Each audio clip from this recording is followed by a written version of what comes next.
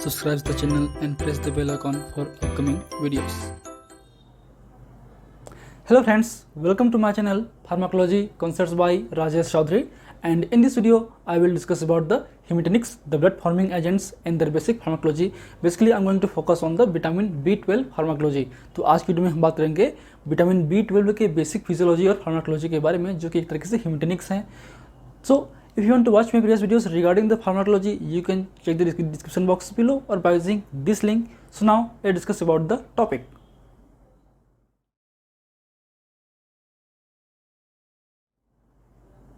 So hematinics means the blood forming agents, means the hematinics are the substance which are required to formation of the blood, means they are used in the treatment of the various anemias. तो हेमेटिनिक्स हम उन substance को बोलते हैं जिनका जो basic use है वो आपके एनीमियास में हम करते हैं, क्योंकि ये जो हेमेटिनिक्स हैं वो बेसिकली जो है इसेंशियल न्यूट्रिएंट्स हैं हमारे बॉडी के अंदर में, जो कि ब्लड फॉर्मिंग के लिए हेल्पफुल करता है. ब्लड फॉर्मिंग जो प्रोसेस है या इथ्रोपोसिस है उसमें ये हेल्पफुल करता है, उसको हम बोलते हैं haematinics, means the blood forming agents. उसमें पहला है आपके आयरन, सेकेंड है आपका vitamin B12, folic acid and the erythropoietin. तो हमने पिछले वीडियो में ऑलरेडी बात कर चुके हैं आयरन के बेसिक फार्माकोलॉजी के बारे में, तो उस वीडियो का लिंक भी हमने डिटेल दे चुके हैं आपके डिस्क्रिप्शन बॉक्स पे, उसको भी आप फॉलो कर सकते हैं. और मैं रिकमेंड करूंगा कि आप हेमेटिनिक्स पढ़ने से पहले जो एनीमियास की बेसिक पैथोलॉजी हैं उसको भी रिफर कीजिए, ताकि आपको ये टॉपिक्स हैं समझ में आ सके. आज ये टॉपिक है वो क्या आपका vitamin B12 and their basic pharmacology. तो विटामिन B12 का बेसिक यूज़ या विटामिन B12 या फोलिक एसिड की बात करें तो दोनों की कमी से बेसिकली आपको मेगालोब्लास्टिक एनीमिया होगा, जो कि एक तरीके से एनीमिया का टाइप्स हैं, जिसमें एक तरीके से हम उसको बोलते हैं मैक्रोसाइटिक एनीमिया. तो वो क्या है, क्या कैसे, क्या उनके बेसिक इटियोलॉजी है, क्या से बेसिक पैथोफिजियोलॉजी है, उसको समझने के लिए आपको मेगालोब्लास्टिक एनीमिया के बेसिक पैथोफिजियोलॉजी के बारे में समझना जरूरी है. तो उसका वीडियो भी हम लिंक दे चुके हैं, उसको भी आप फॉलो कीजिए. बात करें हम आज की टॉपिक की, तो है आपका विटामिन B12. तो उससे पहले जो आपके हेमेटिनिक्स हैं उसमें आते हैं आयरन, जो कि हम पिछले वीडियो में बात कर चुके हैं. सेकेंड आपका vitamin B12 and folic acid, and this substance are the maturation factors. तो कहीं ना कहीं ये जो मॉलिक्यूल्स हैं, खासकर विटामिन B12 और फोलिक एसिड, वो आपके जो RBC हैं, RBC फॉर्मेशन के दौरान जो उनकी मैच्योरेशन पीरियड है उनमें वो इन्वॉल्व होते हैं. अल्टीमेटली इनकी वजह से ही जो आपका RBC है या एरिथ्रोसाइट्स है वो मैच्योर RBC में कन्वर्ट्स होते हैं. जो साइज है वो छोटा होता है, न्यूक्लियस जो है डिसअपीयर होते हैं. अगर इन कंपाउंड मीन्स आपके विटामिन B12 और फोलिक एसिड अगर नहीं हुआ तो अल्टीमेटली जो उसमें मेटाबॉलिक पाथवेज हैं वो इनहिबिट हो जाएंगे और उनमें जो मैच्योरेशन है वो नहीं हो पाएंगे. उस वजह से जो है उनके इथ्रोसाइट के जो साइज है वो इनलार्ज हो जाते हैं, जिसको हम बोलते हैं मैक्रोसाइटिक RBCs. इसीलिए हम इसको मैक्रोसाइटिक एनीमिया बोलते हैं, क्योंकि जो इनलार्ज मैक्रोसाइट्स हैं या एरिथ्रोसाइट्स हैं वो एक तरीके से फंक्शनल इनएक्टिव होते हैं, जो कि हमारे लिए काम के नहीं हैं. मीन्स जो भी उनकी ऑक्सीजन कैरिंग कैपेसिटी है वो कम होती है, इसलिए हैं इसमें बेसिकली एनीमिया का कारण है. तो बात करें हम लोग डिफिशिएंसी की, तो the vitamin B12 deficiency and the folic acid deficiency में कॉज द मेगालोब्लास्टिक एनीमिया. तो जो मेन है उसके अलावा और भी कॉज कर सकते हैं, जिसकी हम आगे बात करेंगे. बात करें हम विटामिन B12 को हम एक तरीके से कोबाल्ट कंटेनिंग विटामिन हैं, जिसको हम साइनोकोबालामिन या फिर हाइड्रोक्सोकोबालामिन भी बोलते हैं. और बात करें इसकी डेली रिक्वायरमेंट की, तो वो बेसिकली है 1 to 3 म्यूजी, और प्रेगनेंसी कंडीशन में जो है इसकी जो रिक्वायरमेंट है बढ़ जाती है, वो तो आपका 3 to 5 म्यूजी. बात करें इसके बेसिक सोर्स की, तो ये जो मेनली हैं आपके एनिमल डाइट्स में मिलते हैं. मीन्स चाहे आपके मीट हो, आपके लीवर हो, किडनी हो, ब्रेन हो, या फिर एग योक हो, तो फिश हो, उनमें ये बेसिकली मिलता है. उसके अलावा जो आपके प्लांट्स हैं उसमें बेसिकली पल्सेस जो हैं, आपके जो दाल हैं उनमें ये मिलता है. तो ये आपका बेसिक सोर्स है. तो बेसिकली जो वेजिटेरियंस हैं उनमें बेसिकली विटामिन B12 की कमी मैक्सिमम दिखाई जाती है. जो आपके नॉन वेजिटेरियन हैं, जो कि आपके मीट वगैरह लेते हैं, तो उनमें विटामिन B12 की कमी उतनी नहीं होती है. बात करें कुछ बेसिक हिस्ट्री की विटामिन B12 को लेकर, तो उसके लिए आप क्रिएटिव रिफर कीजिए. हम क्रिएटिव से ही आपको बताएंगे. ये जो मैटर है हमने क्रिएटिव से ही लिया है. तो जैसे कि बात करें हम लोग विटामिन B12 की, तो जैसे कि हम जानते हैं कि जो एनीमिया है, खासकर आयरन डिफिशिएंसी एनीमिया, वो एक तरीके से आयरन की कमी से होता है. लेकिन जो आपका थॉमस एडिसन है, उन्होंने 1849 पे जो है डिस्क्राइब किया था कि जो एनीमिया जो कि आयरन से कमी से नहीं होगा उसको हम एक तरीके से पर्सनियस एनीमिया बोल सकते हैं. और जो वो एनीमिया है एक तरीके से जो एट्रोफी ऑफ गैस्ट्रिक म्यूकोसा, जो आपके जो गैस्ट्रिक म्यूकोसा है उसके एट्रोफी की वजह से होता है. तो कहीं ना कहीं आपके जो एनीमिया है, पर्सनियस एनीमिया है, या मेगालोब्लास्टिक एनीमिया है उसका जो लिंक है कहीं ना कहीं गैस्ट्रिक म्यूकोसा के थ्रू होता है। अब वहाँ पे क्या होता है बेसिकली बाद में जो है मिनोट और मुर्फी इन द 1926 उन्होंने क्या किया है, जो लीवर डाइट है मतलब एनिमल के लीवर हैं, जो चिकन है, मीट है या फिर आपके मटन है, उनमें जो लीवर्स होते हैं उनको डाइट में लाया गया और डाइट के थ्रू उन्हें दिखा कि जो है जो एनीमिया के जो केसेस हैं वो कम हो रहे हैं और उसके थ्रू ही उनको नोबेल प्राइज़ मिला। फिर बाद में जो कैसले है लगभग 1927 to 32 पे उन्होंने एक तरीके से हाइपोथेसिस दिया कि जो एक्सटेंसिव फैक्टर होते हैं वो एक तरीके से हमारे बॉडी के अंदर में जो इंट्रिंसिक फैक्टर हैं उसके साथ बंटअप करके हीमोपोएटिक प्रिंसिपल के लिए रिस्पॉन्सिबल हैं या हीमोपोसिस को इंक्रीज करते हैं। फिर जो विटामिन B12 है वो एक तरीके से 1948 में आइसोलेट हुआ और उसको एक तरीके से एक्सट्रिंसिक फैक्टर माना गया आपके हीमोपोएटिक प्रिंसिपल के लिए या फिर हीमोपोसिस के लिए। तो ये बेसिकली आपकी हिस्ट्री है। बात करें इसके मेटाबॉलिक फंक्शंस की या फिजियोलॉजी की, तो बात करें इसके बेसिक फिजियोलॉजी की या मेटाबॉलिक फंक्शंस की, तो पहला है आपका फोलेट मेटाबॉलिज्म। जो आरबीसी के अंदर में जो फोलेट मेटाबॉलिज्म है उसमें भी इन्वॉल्व होता है। जैसे कि हम जानते हैं कि जो फोलिक एसिड है या टेट्राहाइड्रोफोलिक एसिड है वो बेसिकली आपके डीएनए या न्यूक्लिक एसिड बनने के लिए बहुत ही ज़रूरी है। Folic acid is essential compound for the maturation and the formation of the DNA and RNA and the nucleic acid. So basically they interfere with the DNA synthesis, folic acid and the vitamin B12। तो बात करें हम लोग step by step, तो जो आपका vitamin B12 एक तरीके से आपके मेथाइल टेट्राहाइड्रोफोलेट को टेट्राहाइड्रोफोलेट कन्वर्जन के लिए रिस्पॉन्सिबल है।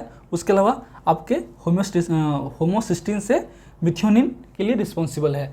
तो विटामिन B12 के प्रेजेंस में ही आपका मिथाइल टेट्राहाइड्रोफोलेट आपके टेट्राहाइड्रोफोलेट में कन्वर्ट्स होते हैं जो कि इसेंशियल है आपके थायमिडालेट सिंथेटेस रिएक्शन के लिए। सेकेंड है आपका जो होमोसिस्टीन है वो मिथ्योनिन में कन्वर्ट होता है with the help of vitamin B12 and methyl vitamin B12। तो ये इसके प्रोसेस हैं। आपको विटामिन B12 जो है मिथाइल विटामिन कन्वर्ट्स होंगे in this reaction and methyl B12 है वो फर्दर आपके विटामिन B12 में कन्वर्ट्स होंगे विथ दिस रिएक्शन। तो ये जो मिथ्योनिन है फर्दर आपके प्रोटीन सिंथेसिस के लिए रिस्पॉन्सिबल है और ये जो टेट्राहाइड्रोफोलिक एसिड है वो फर्दर फिर थायमिडालेट सिंथेटेस या सिंथेसिस रिएक्शंस में इन्वॉल्व होते हैं।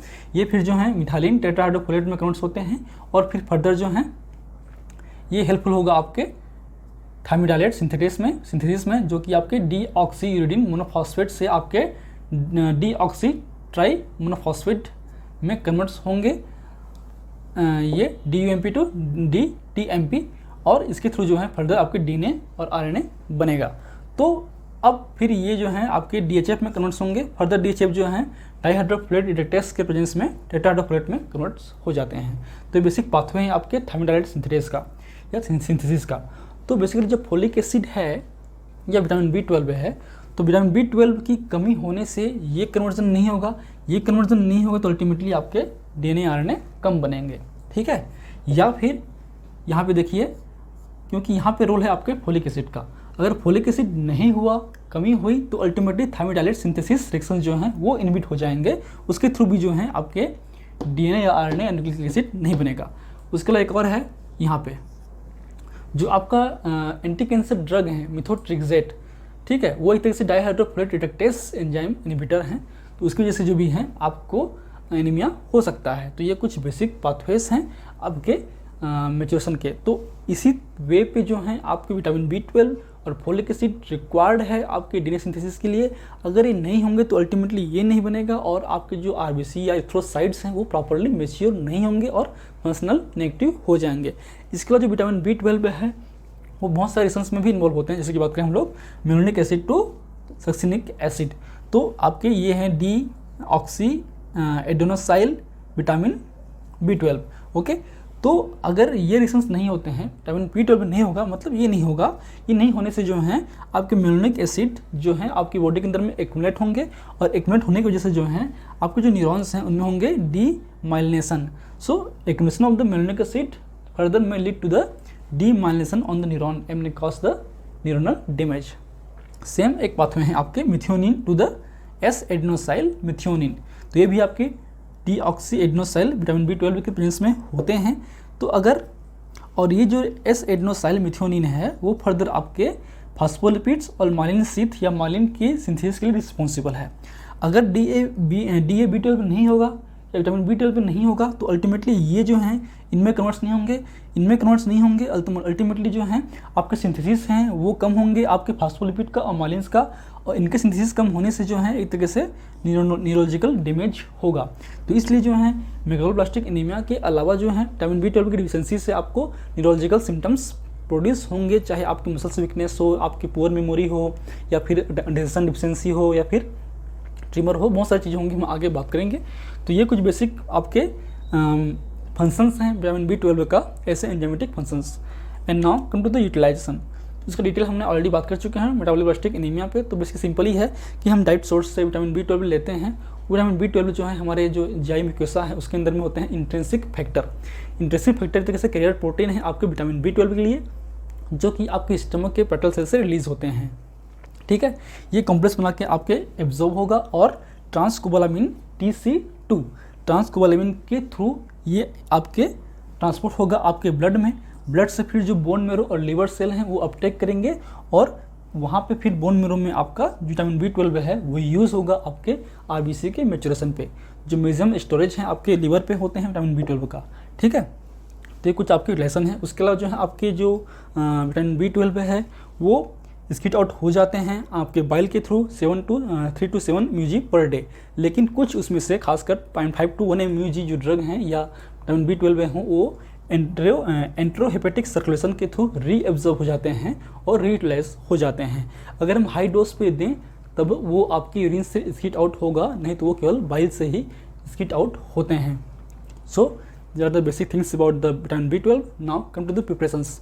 तो इसको हम ओरली या पेरेंटली दोनों हम यूज़ कर सकते हैं, लेकिन जो ओरली है वो उतना बेहतर नहीं होता है, क्योंकि हमारी जीआई कंडीशन क्या है, वो एब्जॉर्ब हो रहा है या नहीं हो रहा है, कितने अमाउंट पे एब्जॉर्ब हो रहा है, ये फिक्स नहीं होता है। इसलिए हम जो हैं जो सीवियर केसेस हैं या विटामिन B12 की डिफिशिएंसी है उसमें हम बेसिकली पेरेंटली ही यूज़ करते हैं। तो बात करें ड्रग की तो है आपका साइनाकोबालामिन, जो कि 35 mg पर ml लिक्विड डोसेज फॉर्म में आते हैं।